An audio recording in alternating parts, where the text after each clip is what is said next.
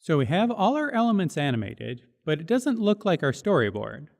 That's because we don't have the camera animated yet. In the old days of paper animation, your camera would be locked and you had to move your elements underneath it. But now, in almost all programs, there's some way to animate your camera directly. So let's look at how to take advantage of that.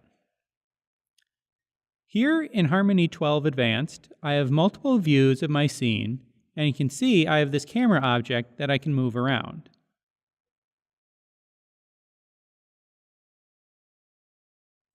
Just like with a character rig, I set keyframes on the timeline with the camera in different positions, and the computer creates the in-betweens that make the camera move.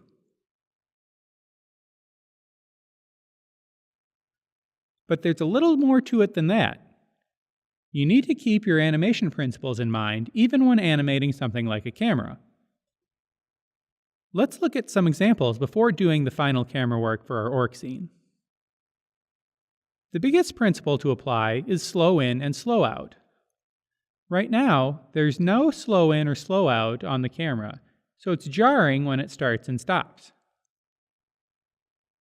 But let's give it the same gentle S-curve easing that we looked at in the other videos.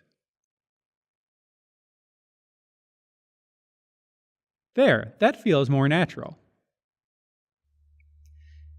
If you've got really fast camera pans, you can even add some follow-through by having them overshoot their target position and then ease back into it.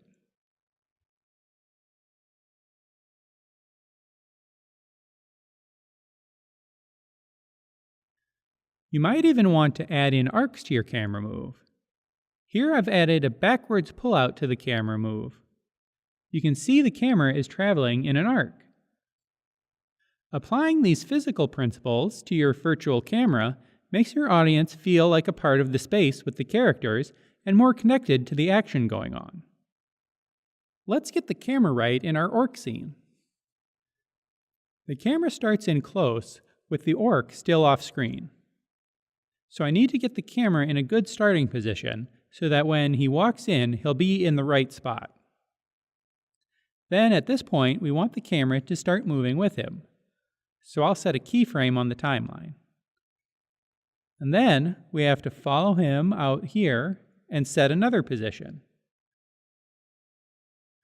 I'm putting the camera further to the left than the orc because I want it to keep going for a moment when he's stopped by the rock.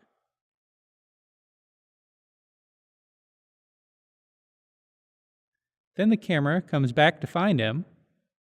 So I'll set the position down here and zoom in a little more.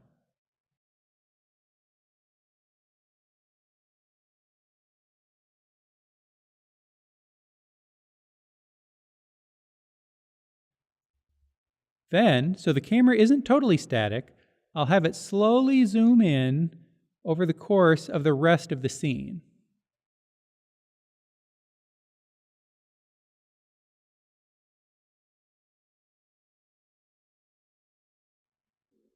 Then I'll just go and adjust the easing on all these keyframes to give it some slow in and slow out.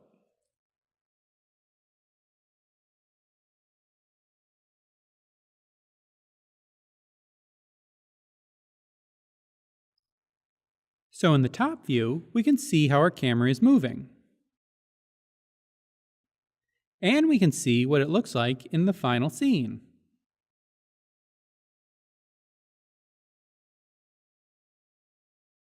Bah!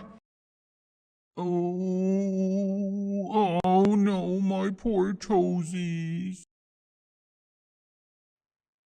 There we go.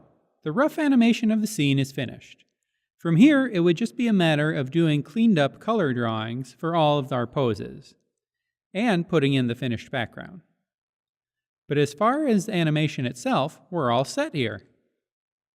In the next video, we'll talk a little bit about the next steps you can take on your animation journey. I'll see you there!